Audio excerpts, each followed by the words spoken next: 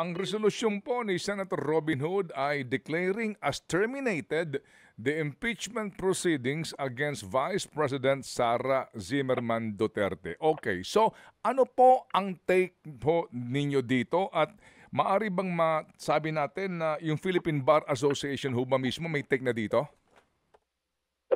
Meron po kaming statement na nilabas po kamakailan lamang na nagsasabi nga po na ayon sa ating saligang batas, kailangan pong magkaroon ng trial. Hindi po pwedeng